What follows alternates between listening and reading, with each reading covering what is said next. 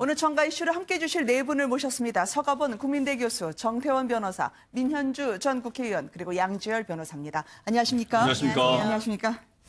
자, 문재인 대통령이 올해 첫 순방을 떠났습니다. 국빈 방문이죠. 베트남 그리고 UAE를 가게 되는데요. 벌써부터 베트남에 도착한 사진이 들어오고 있더라고요. 자, 아세안 그리고 중동의 거점 국가 아니겠습니까? 맞습니다. 뭐 때문에 가시나요? 근데 이번에? 예, 실제로 이제 한반도의 안보 지형을 실제로 바꿔놨죠. 네.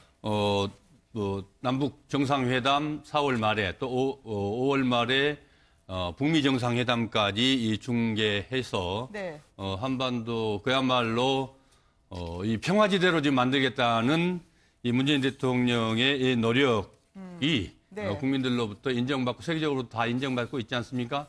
어쨌든 또 안보는 안 보고 네. 또 국민들이 먹고 살아야 되는 문제가 또 시급합니다.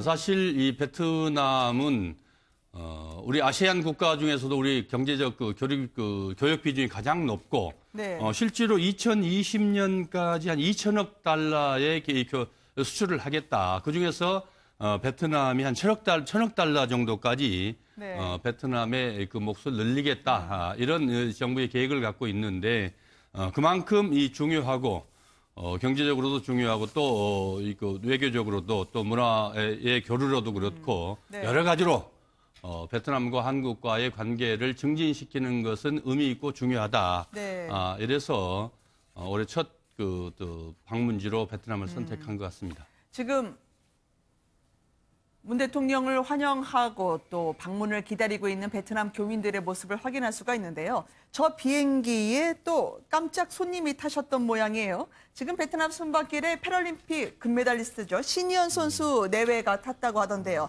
아무래도 그 부인이 베트남뿐 아니겠습니까? 네, 19살에 한국으로 시집을 와서 이름도 네. 또 한국의 유명 연예인인 김희선 씨 이름을 써서 김희선으로 이름을 바꿨고요. 또 신희연 선수가 이번 패럴림픽에서 깜짝 금메달 정말 어떻게 보면은 이 어깨빨이 문재인 대통령이 직접적으로 편지를 써서 격려할 정도로까지 열심히 뛰는 모습을 김정수 보여주셨어요. 여사가 직접 관람했을 때도 신희연 선수 부모님하고도 같이 함께 있어서 관람을 이제 저 모습이 하셨군요. 화제가 되기도 했었던 기억이 나는데요. 네. 얼마 전 끝난 패럴림픽이기 때문에 이 부분에 관심도 많이 끌 수도 있고 또 베트남에 이미 우리 박항서 감독이 가 있으시지 않습니까? 그렇죠. 박항서 감독이 이 베트남에서 지금 인기가 그야말로 대한민국의 히딩크보다 더 높다. 베트남 국민들에게 한국에서 히딩크 감독 같은 존재라고 하면 베트남 국민들이 화낸다는 거 아닙니까? 네. 히딩크가 누구냐고 그럴 정도로 그만큼 최고의 인기가 있기 때문에 마침 어떻게 보면 그 두 분이 매치가 되면서 스포츠 교류도 또 어차피 기왕에 뭐 한류로 이런 걸도 베트남에서도 유명하기 때문에 여러 가지 다목적 포석으로 신희연 선수를 같이 동행을 하는 것으로 보입니다. 네. 베트남은 우리가 상당히 중요한 전략적 파트너입니다. 특히 중국 그래요? 견제를 위해서는 베트남과의 협력이 꼭 필요하고요. 또 실질적으로 베트남 2차 대전에 건국했다고 볼 수 있는 호주민 같은 경우에는 네. 우리 정혜경 선생의 목민심서를 네. 또 항상 들고 다니면서 읽었다거든요. 그만큼 우리하고 문화도 비슷하고 그렇죠. 또 그동안 역사적으로도 비슷하고 앞으로도 상당히 우리의 중요한 파트너가 될 수 있는 그런 국가입니다. 네. 문 대통령 떠나는 장면을 보니까 장하성 정책실장이 두툼한 배낭을 메고 있던데요. 배낭만 메시는 겁니까? 아니면 이번엔 아예 배낭 맨 김에 같이 가시는 겁니까? 글쎄요. 같이 가신다고 하더라고요. 같이 가시는 거죠? 왜냐하면 또 이번엔 경제사절단도 꽤 가거든요. 네, 앞서 말씀하신 대로 워낙 경제적으로 중요한 무역국가, 주요 무역국가이기 때문에요. 네. 뭐 근데 정책실장, 자하성 우동소로 그렇게 부릅니까? 양날개와 함께 가시는 거죠, 이번에? 이번에 이제 처음으로 이제 이런 명칭이 생긴 것 같아요. 근데 특히 네. 비서실장이 순방에 동행하는 경우는 드문 경우죠. 흔하지는 않은 경우인데요. 지난번에 UAE랑 관계 문제도 있었고 그 당시에 임종석 비서실장이 직접 나서서 해결했던 네. 해결이 이제 최종적으로 됐는지는 좀 더 지켜봐야겠지만 그런 부분들이 있어서 실장이 굳이 동행하는 것이 아닌가라는 생각이 듭니다. 네. 베트남 국빈 초대를 받은 문재인 대통령 첫 번째 일정으로요. 우리에게 너무나 친숙한 주인공을 만난다고 합니다.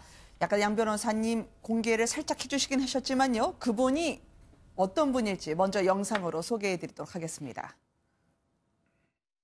베트남 국민들께서 선수들한테 너무나 환영이나 이런 격려가 너무나 부담스러울 정도로 많은 격려를 해줘서 사랑을 해주셨기 때문에 그런 부분에서는 조금 책임감도 느끼게 되고 많은 분들이 애롭지 않냐고 이야기하는데 애롭다고 느껴본 적은 별로 없고요. 가장 기억에 축구에서 받은 거는 수상님이 직접 현관에 놓으셔서 저를 반갑게 맞아주신 게 가장 기억에 남습니다. 현재로서. 베트남의 히든크로 불리는 박항서 감독.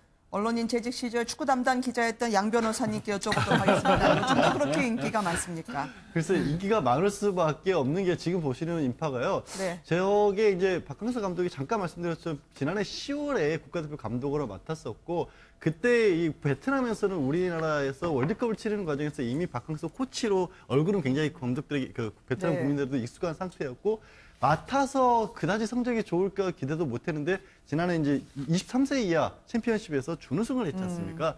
저때 베트남은요 그야말로 베트남 독립 이후에 가장 큰 축제가 열렸다고 문 합니다. 대통령하고는 예. 어떤 메시지를 나누게 문재인 될까요? 대통령과는 일단은 축하하는 정도고 양국 사이의 그 공로를 인정을 하는 거죠. 박 감독이 저렇게 하는 것 자체가 국가적으로 봤을 때는 우리나라에 대한 우호감을 높일 수 있는 거기 때문에 네. 지금 3급 훈장, 그러니까 베트남은 1, 2, 3에서 3이 제일 높은 거라고 합니다. 3급 훈장을 네. 받으신 분이기 때문에 그 자체로 우리 입장에서도 국위를 올려준 것이기 되고 또 그 베트남에서 어떤 스포츠 외교를 길을 털어주신 거기 때문에 네. 그 분을 제일 먼저 만난다고 합니다. 지금 중국에서 혼밥 논란이 일기도 했지만 문재인 대통령 세트 먹어봤니? 지금 박항서 감독을 포함해가지고요. 깜짝 일정을 준비를 했더라고요. 실제로 베트남에 가서 이제 서민 식당을 방문하는 일정으로 네. 가서 식사하는 일정으로 이렇게 잡혀 있습니다. 베트남에는 그 전에 또 오바마 대통령이 가서 오바마 메뉴를 히트를 시켰던 그런 예도 있습니다. 그 세계 각국의 정상들이 네. 그 나라에 갔을 때 그 나라의 서민들의 이 사는 모습들 또 특히나 그 식당에 가서 음식을 함께 먹으면서 네. 그만큼 이 그 친근 관계를 높이고 네. 또 그렇게 정서적 이해도 서로 교감을 갖는데 도움이 된다. 그래서 네. 그런 일정들을 잡는데 실제로 아까 말씀하셨던 중국의 이 서민식당 그 일정들도 지금 중국에서 한 5,700원, 우리나라 돈 5,700원 정도에 네. 팔리고 있는데 아주 지금 인기리에 그 판매되고 있다지 않습니까? 그래요. 예. 이 베트남에서도 지금 아까 말씀드렸듯이 박항서 감독뿐만 아니고 또 한류 스타들, 네. 로 해서 우리 한국과 베트남의 이 관계들을 증진시키고 있는데 문 대통령 또 서민 그 행보하시면서 네. 또 그만큼 우리 그 정상 외교 이른바 이 정상 그 마케팅도 성공할 수 있을 거라 이렇게 기대됩니다. 베트남에 도착한 문재인 대통령의 모습을 보고 계십니다. 조금 전에 방송국으로 들어온 화면인데요. 아무래도 베트남은 또 북한과도 비교적 관계가 돈독하기 때문에 한반도 정책 지지를 문재인 대통령이 당부를 할 것 같습니다. 근데 말이죠. 정작 회담 카드를 꺼냈던 김정은 위원장이요. 요즘 조용한 것 같습니다. 과거에는 안 보인다 싶으면 미사일일까 하지만 요즘은 그래도 한풀 저희가 좀 접고 볼 수 있죠. 여유가 있다고 하기엔 그래도 뭔가 있을 것 같은데 왜 안 나오는 걸까요? 굉장히 바쁘게 움직이고 있을 겁니다. 머릿속으로. 네. 우선 지금 보면은 핀란드와 스웨덴의 그 미국, 그 북미 국장이라든지 외상을 보내갖고 그 남북 미국 간에 서로 지금 만나는 그런 것도 갖고 있지 않습니까? 네. 그걸 통해서 이제 미국의 도대체 진심이 뭔지 그런 걸 또 파악하고 있는 거 보이고 또 혹시 또 미국이 또 군사 행동하려는 것이 아닌지 네. 그런 것 때문에 지금 평양 외에 다른 지역은 가지 않고 있거든요. 네. 그리고 또 한편으로는 그동안 이 핵과 경제를 병진한다. 이것이 이제 북한 국내에서 외쳐오던 것인데 핵을 포기한다 그러면 북한 주민들은 어떻게 설득할 것인지 거기에 대해서 열심히 연구를 하고 있을 걸로 보입니다. 그래서 네. 이 보이지 않는 그 행동을 열심히 할 걸로 보이는데 아마도 우리 문 대통령과의 회담 즈음에는 그런 결과가 나올 걸로 보입니다. 네. 실제로 지금 그 북한의 주변 정세들도 네. 많이 바뀌고 있거든요.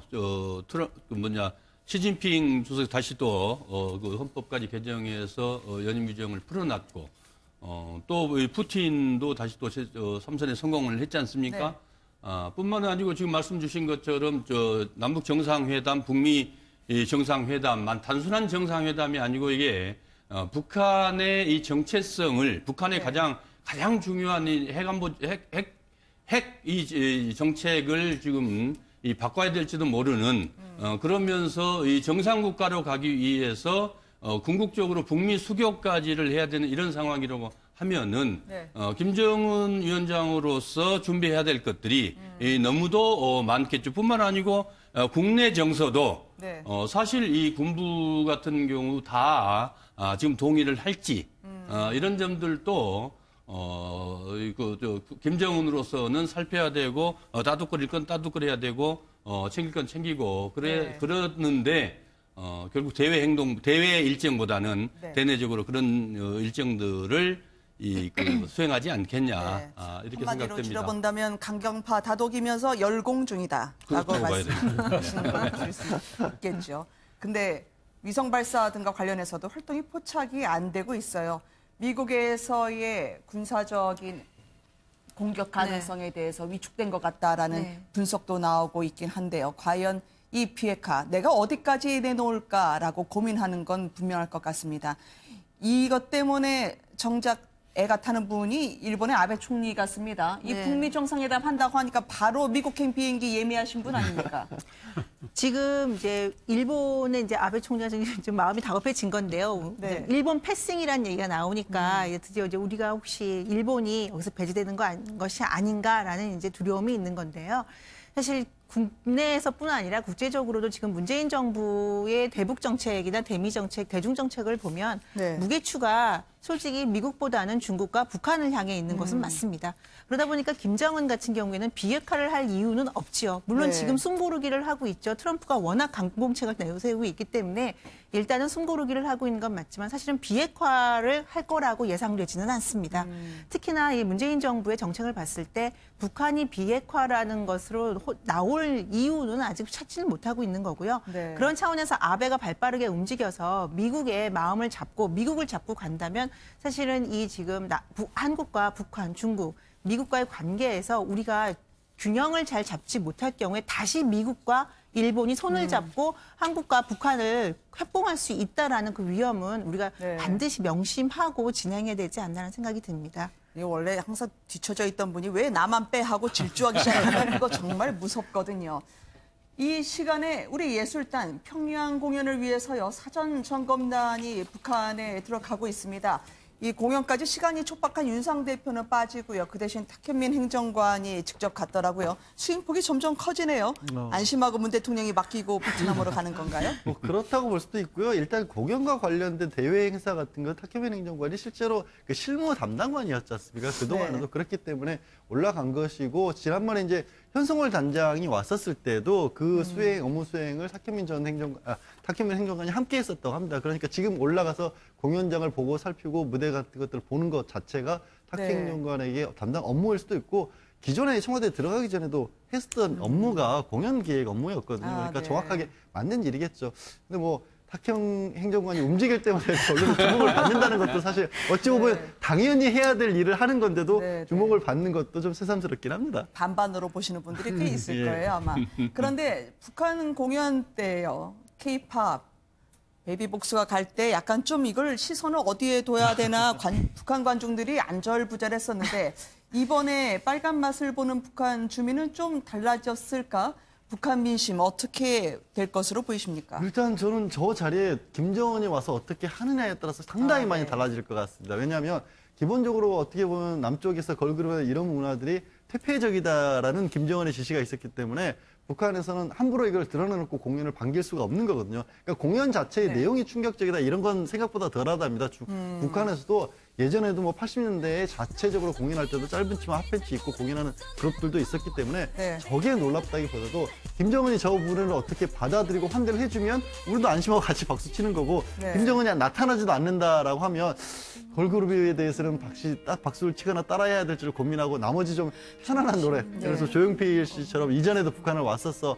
조용필 씨나 최진 씨 같은 경우는요. 그때 북한에 갔었을 때 북한 TV 나왔을 때 시청률이 99%였다고 합니다. 그만큼 인기가 좋았던 분들이라서 네. 그분들은 따라 부를 게 확실하겠죠. 네.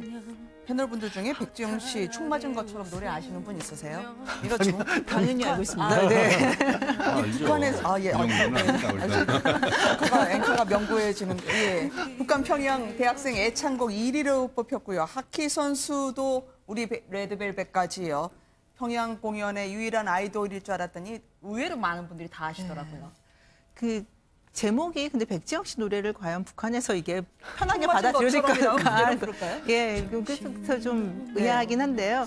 뭐 그 케이팝이란 노래가 그 문화 공연에서 나온다는 건 저는 긍정적으로 보고요. 그거 네. 됐을 때 특히 북한 젊은 층에게 전달이 돼서 네. 이게 남북 간의 그 문화 교류에 있어서만큼은 좀 좋은 분위기를 네. 만드는 데 기여할 수 있기를 기대하는 바람이 있습니다. 네. 베트남과 함께 북한 소식을 저희가 접해봤습니다.